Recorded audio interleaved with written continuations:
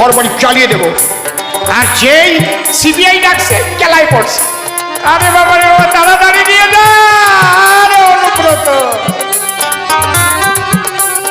যে বাঘের মতো কথা বলতো, সত্যি প্রিয় নাম, সিবিআই ডাকার সঙ্গে সঙ্গে হয়ে গেছে কাম। আমি পয়েন্ট ধরে বলছি, যার সাগরেদ গুলো এই পড়ে, তাহলে উনি যে কি করেন সেটা আমি বলতে পারবো না।